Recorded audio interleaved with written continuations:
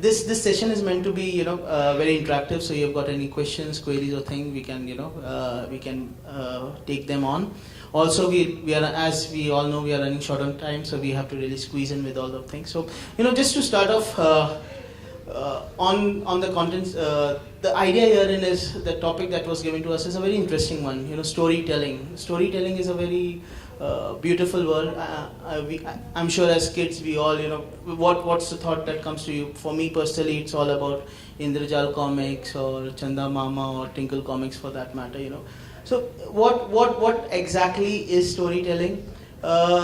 If there's a definition that we can, if I may be allowed to use, is one that of course Uncle Pai used to tell us.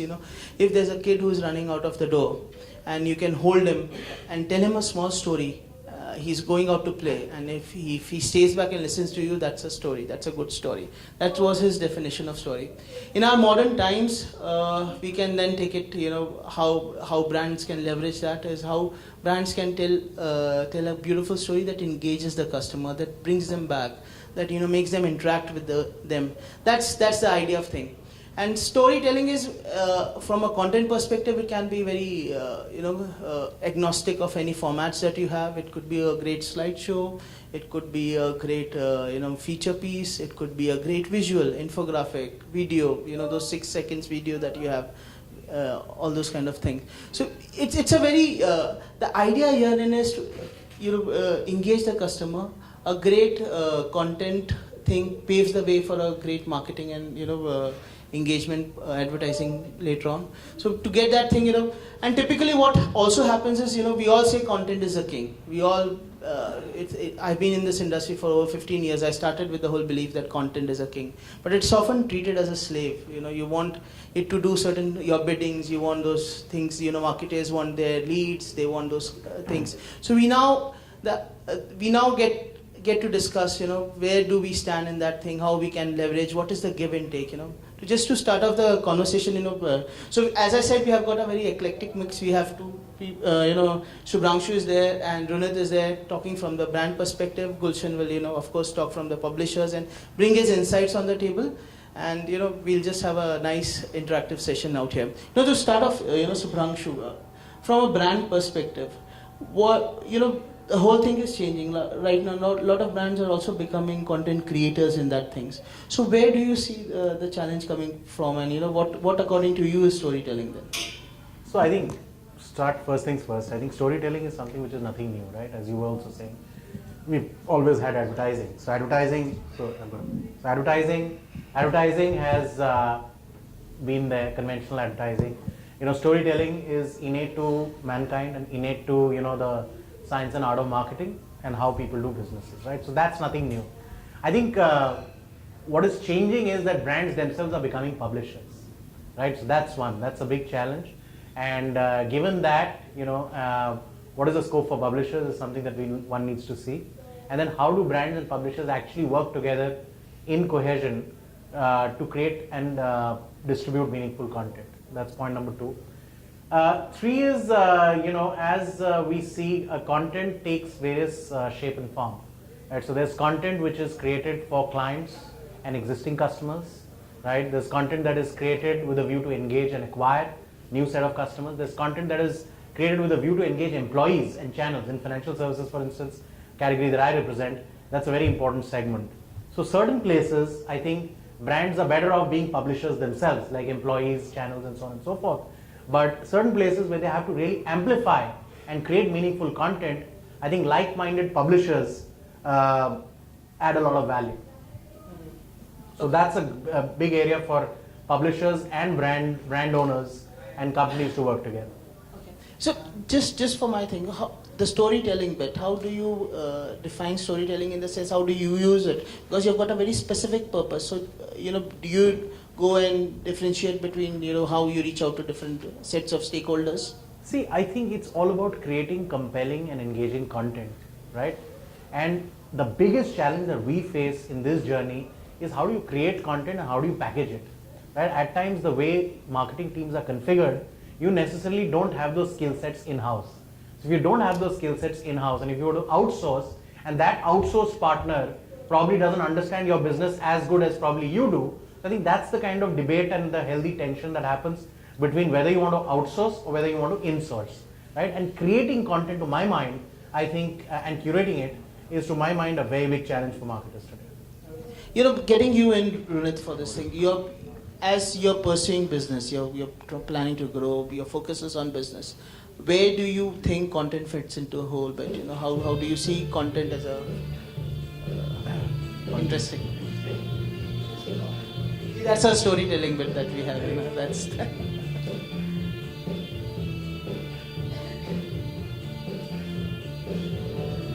Yeah. So Runit, yeah. That's a background. Yes. I don't know if they can hear me. Yeah. Can you guys hear? So how do you outshout competition? Yeah. Right. Create compelling content. So just to give you a background, we've been in business now for 3 years. We sell fine jewelry online, and jewelry is a highly emotion-driven purchase. It's important for the retailer to really know the customer very, very well. It's almost like a doctor-patient relationship. Everybody has a so-called trusted jeweler who they go to, so how do you emulate that in a digital environment is the question. So just to give you a few examples, Tiffany does it really well through a site called What Makes Love True. They have a microsite which is linked to their web page, and what it does is it talks about customer stories that have bought products from them, and it will show pictures and videos of actual customers and their experiences transacting with Tiffany, or So I think as you rightly mentioned, it's very important to actually get into the life of the consumer, to understand the space really well, so you can generate content that's relevant to the consumer. One way to do it is actually just let's think of Facebook for a minute, right?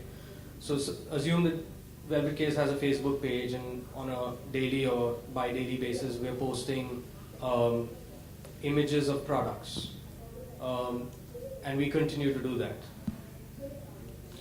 We don't see much interaction, but at the same time, when we take a customer testimonial video and we post it on the Facebook page, we will see a lot of views. When we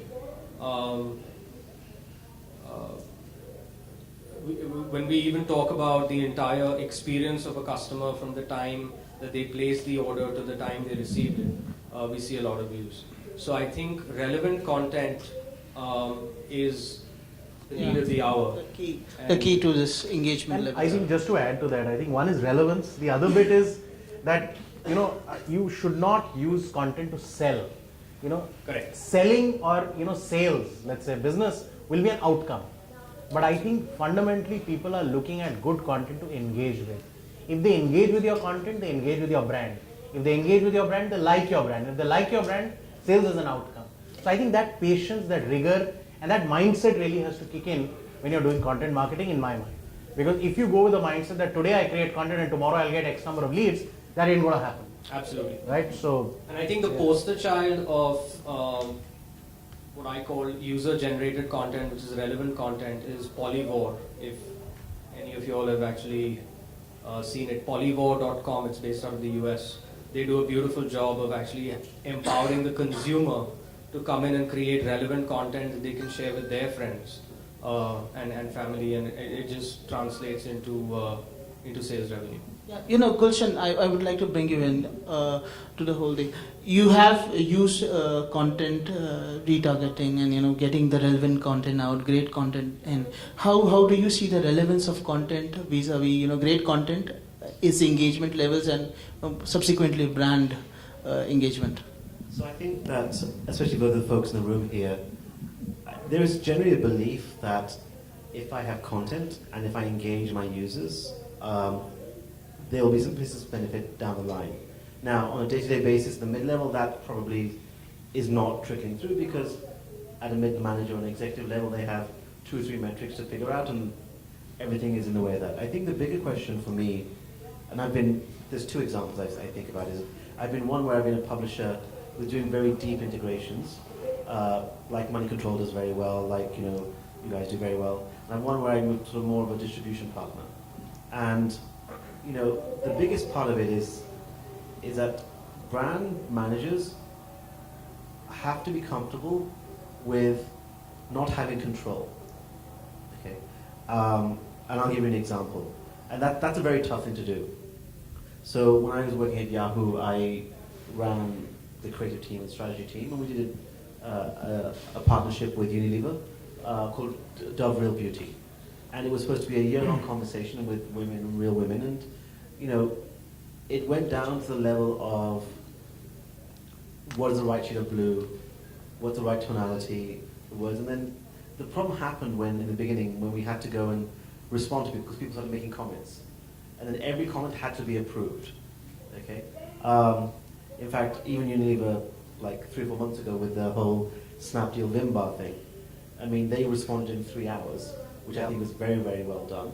They got the stove, they saw this, they responded back, but the team that was at Vim got into real trouble with their legal people. Whose authority did you do to interact with people like this? And so that mindset is tough. And then over time, we were just chatting about it before that, as they got more and more comfortable with the idea that they can't control every article. They can't delete this comment, or they can't delete this share with somebody saying, I dislike this. It actually took on a bit of a life of its own. So, one story is that we had a woman who commented about, can you make recommendations about where a single Indian woman can go travel internationally without being harassed? There were 200 comments based upon that, and we turned that into its own set of stories. Okay? And that's something that they would obviously love, you have to understand, but there's going to be downsides of the freedom and upsides of the freedom. I think the biggest problem with brands is that, not so problem, but it's a mindset of, I have to be able to control the entire minutiae of the conversation, which is impossible to do, which publishers do very well. Money controls this very well. They release 30, 40, 50 stories a day. Millions of people visit a month. Lots of video being consumed. Some of it works, some of it doesn't work, but they're able to shift very quickly. And for me, operationally, that's probably the big shift. Yeah, and you raised a very important point about that, transparency and honesty as well. The recent case where you had the Atlantic and the Scientology thing, where they were deleting comments from the users, which was not, in that sense, as a brand, how comfortable you are going out? Interesting that he brings this to the table, because, brands and human beings aren't any different. So when you're a human being in a society, surrounded, let's say in a workplace, you're surrounded by peers, you're surrounded by colleagues and people in this ecosystem. There'll be likes, dislikes, there'll be bouquets and brickbats. I think brands also need to take that in their stride. As he rightly said, you're not controlling conversations.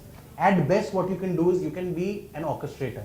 You can shepherd conversations. Like in the real life, if I'm an individual, 20 people in the room, 10 might like what I'm saying, 10 might just junk what I'm saying. But fact of the matter is, if I were to engage with them meaningfully, maybe those who don't like me, I can possibly, engage with them in a manner that they probably start having at least some amount of like with what I'm saying. So likewise, even for brands. Brands cannot control conversations.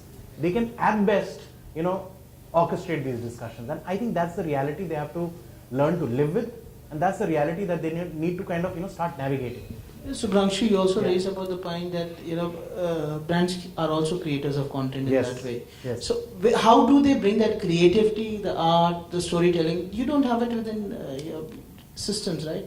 No, so as I said, I think one of the rooms prior to this, we were talking about reconfiguring marketing teams. Traditionally, marketers have had people who were with a creative bent of mind and media side, ATL, conventional forms of marketing. But now with content coming in, I think you need to start revisiting even the configuration of your own teams. What kind of people are you staffing your teams with? A mix of right-brainers, left-brainers, product specialists, people who are able to articulate stuff well. Who knows, probably even ex-journalists, as part of or former publishers as part of the marketing team. I think that whole paradigm shift of how you're also viewing talent and how you're kind of staffing and creating an ecosystem of marketing is changing, to my mind. And people are actually waking up to the fact that you cannot staff teams in the conventional sense. So now that gets us to a very interesting proposition. Should you be doing in-house or should you be looking at So outsourcing? that's a $1 million question. So it's a model choice. There are brands who kind of in-source these capabilities, and there are brands who kind of outsource this, albeit with a bunch of, let's say, empaneled partners. Because if you were to kind of look at specialized content creation skills, let's say BFSI, financial services, you don't have it. So there are two colleagues of mine sitting in this room, and I think they grapple with it every day with a view to create meaningful content. And to find that right partner who can create meaningful content for you, which you can then sort of use to engage, is a challenge, right? So that's a challenge that one has to grapple with every day. But I think the idea is to find the right set of people, be it in-sourced, be it outsourced. That's, I think, secondary. The right set of people who can live the brand, who can understand what you want, who can empathize with the consumer and create compelling content. Someone was talking about a brand editor or something like that. Gulshan, before you, I'm sure you have got insights in this. I wanted you to touch upon one important. Are brands ready for innovation? Do you see that kind of engagement level happening? Are they looking out of the box? I think brands are looking for solutions, okay? And I think brands are open to new ideas. Coming from a publisher side, I think that it's a long journey, and there's very few brands I think who are able to commit a 1 year, kind of 2 year time frame. And the other thing is that there's the multiple steps that you're talking about. So number one is what the right team of people is. Number two is transparency. We talked a bit about that on the publisher side as well, if you decide to outsource it, okay? I think there's valuable reasons to outsource it and valuable reasons to insource it. But I think in the end, everyone's interested in it, okay? And there are enough stories out there. My favorite one is actually, and you guys can look at this, there's a guy at Slate who ran an article called "The Best Hoodie in the World Ever." Has anyone heard of this one? If anyone's interested, I'll send a link out. It's an American company that decided to make hoodies, in the States, faster turnaround time, all this other stuff. Somebody wrote an article about it, not even asked for this, they operate differently. For the last 2 years, they are charging 5x more than the market price of a hoodie, and they have a 3-month wait list for this. So there are like these interesting ideas that people see, and I'll email you guys these articles. I find it fascinating that there are definite ideas and definite stories about success. The question is, how do you operationalize it and scale it up? Okay, it's not enough to say, you know what, I'm going to write an article, because that probably may do it, may not do it, and that's why I'm a big believer in partnering up with a publisher, because I think that they're used to that idea of hit and misses. I think the big question for me on the publisher side is transparency and the amount of control. And I think the issue tends to be what you want to be is part of the content. What you don't want to be is this sectioned off microsite or this kind of video area. And so where is a good fit? And I think that really depends on the publisher saying, look, this is a good fit for me, whether it's The Atlantic. I mean, last week Forbes magazine put some of its native advertising from Fidelity on its cover. Okay, some people actually may resign because of that. You have to decide. I'm a bit all over the place right now, but I'm just saying is that there are brands that are interested out there. It's not the same as being able to say, look, I'm an FMCG brand. If I do this many TRPs over this period of time in this region, I will see a 5% increase in sales. And that's what the issue is. And I think the other issue is that we don't really teach content marketing in the marketing schools. No one really knows much about it. You kind of pick and learn, and the professors and don't really talk about it as a concept. I think that's the thing. You talk about marketing as the 4 Ps. Very interesting, because I think the big challenge for us is to get a buy-in at the boardroom level. So today, if I decide that, look, I have 6-7 lines of business across the group, and I want to start a content layer or a platform either on my own or in association with, let's say, a publisher like Money Control, and I want to use content, I want to create content across different asset classes of financial services and give that single view to the consumer or the prospect and ask them to come and, so to say, walk through the door of Religare. visit the Religare sort of house and look at the various offerings that I have and engage them. The big question is, this requires serious amount of investment in terms of time, resources, effort.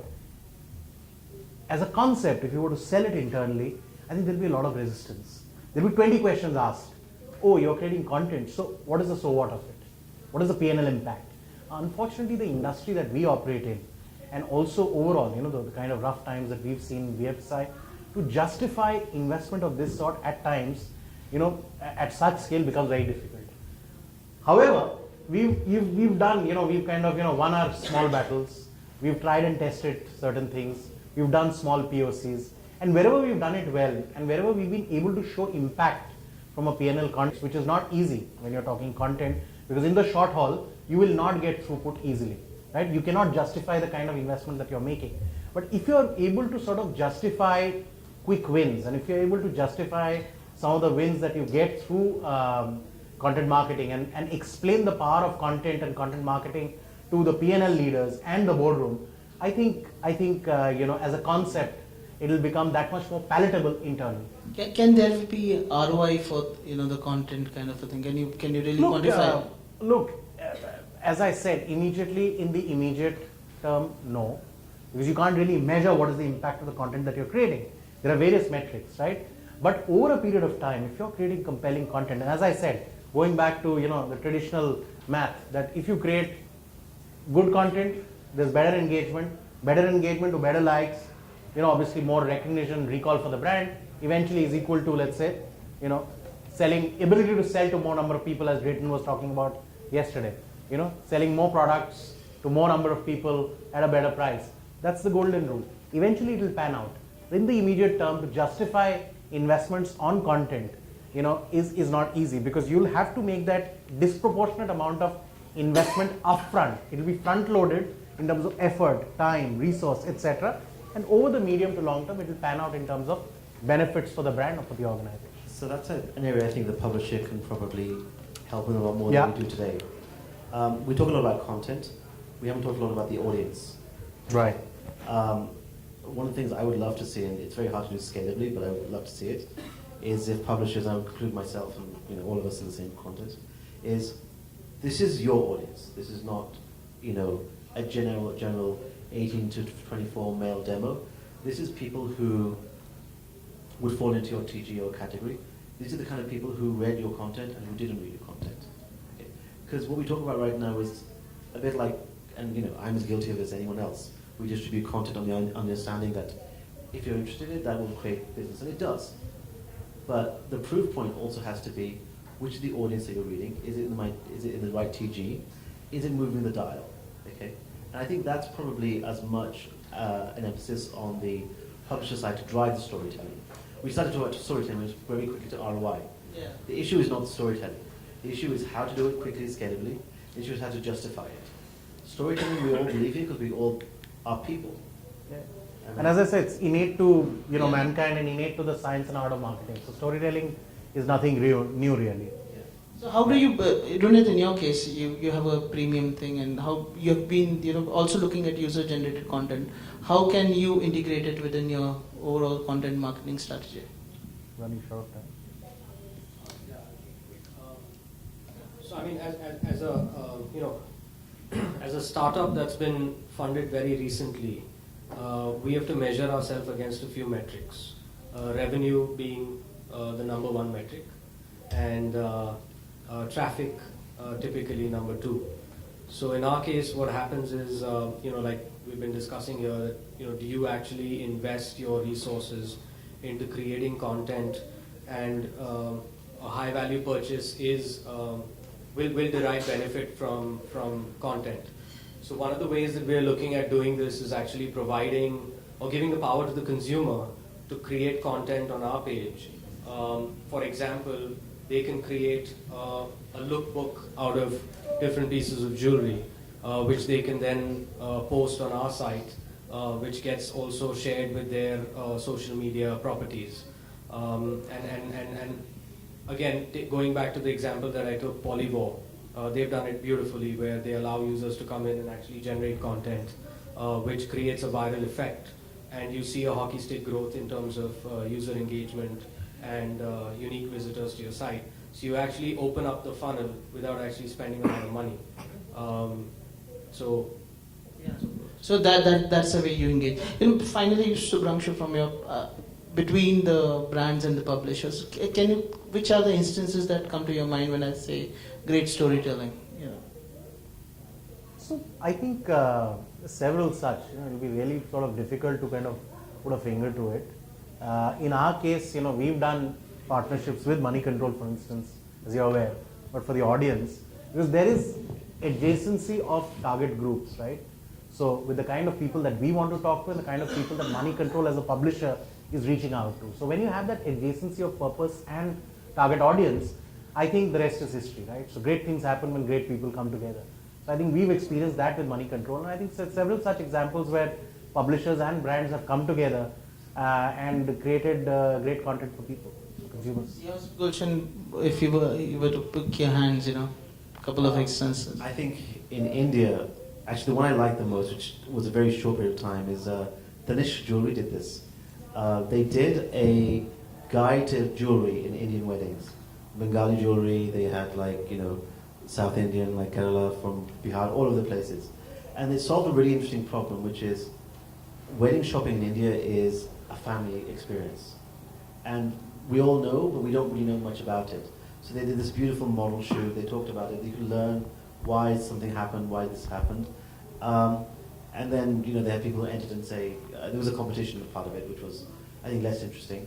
But again, it's one of those things, it was a 1 month, 2 month effort, a lot of value, a lot of really rich, touching kind of pictures, but they never kind of took it on. But I always thought of that as something that would have been a really interesting wedding platform. And yours, except for Polywar, is some instance that you've personally for you as a user also that stuck with you?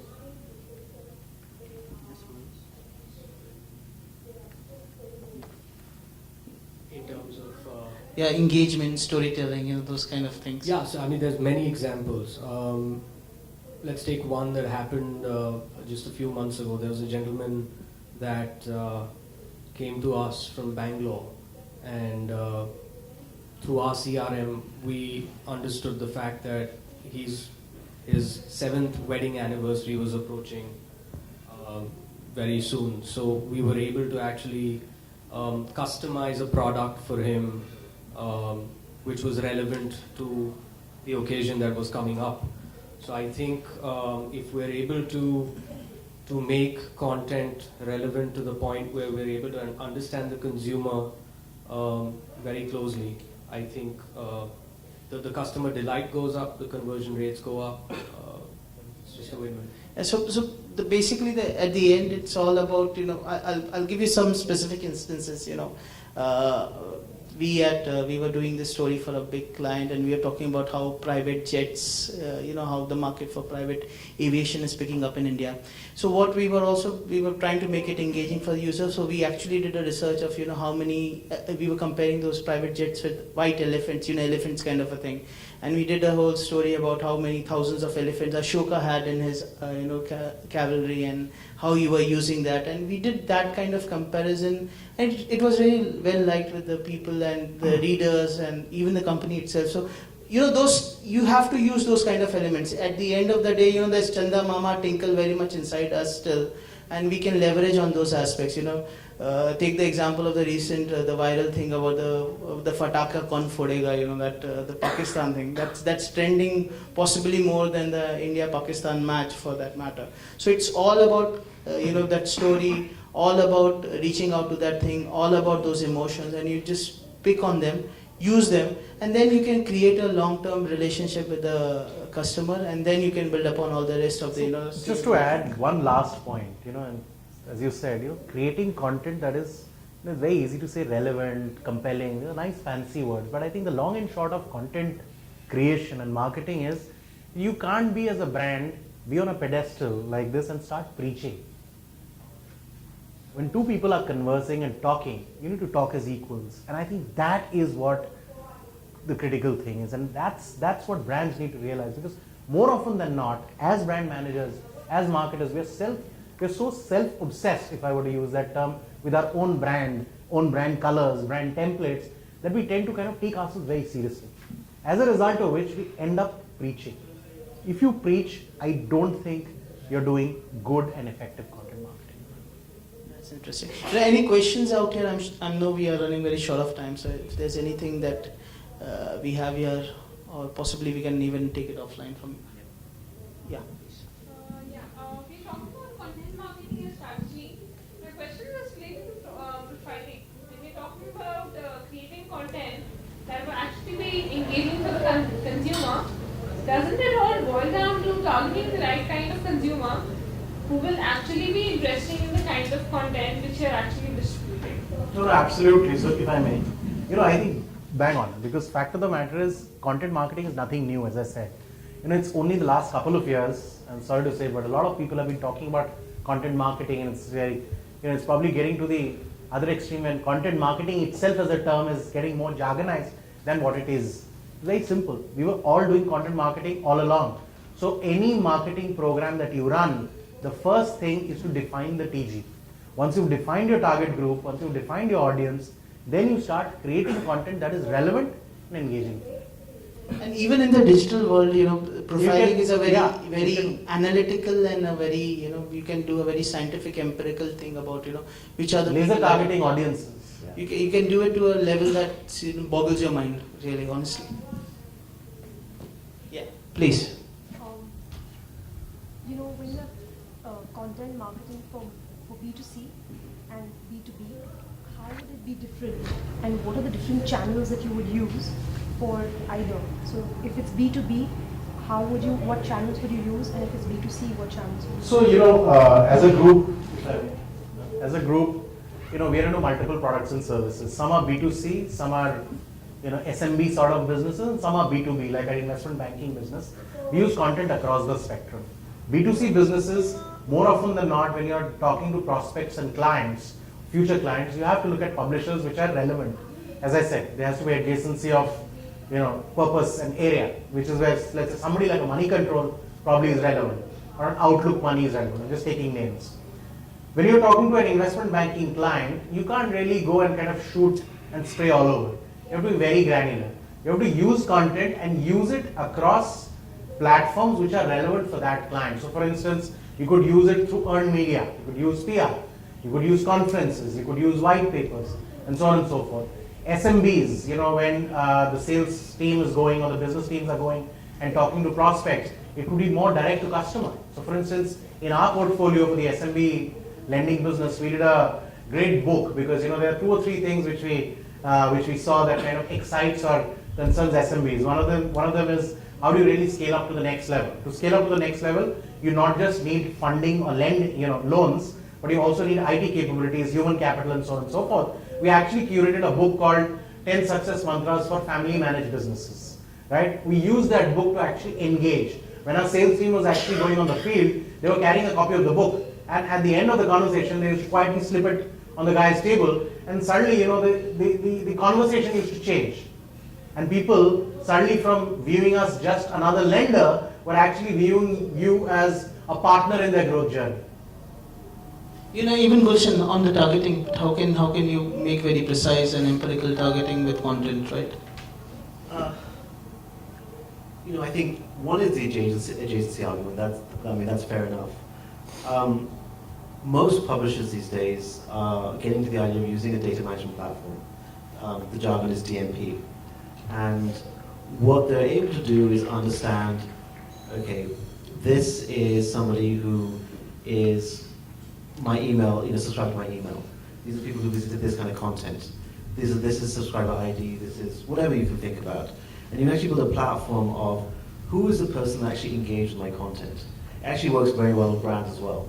Most brands I know, and especially in the US, are trying to put this together where they're understanding, and actually most e-commerce companies do it very well. Somebody who's signed in. Are they someone who signed up for my email? Are they somebody who's visiting my site? Have they downloaded my app? So it's that whole joined up idea. And then the idea becomes, you have created content. Sometimes it's created content with a very specific TG in mind. Sometimes you've just created content because you believe in it, and you want to see where that's taking you. Okay, and those are both things that can happen.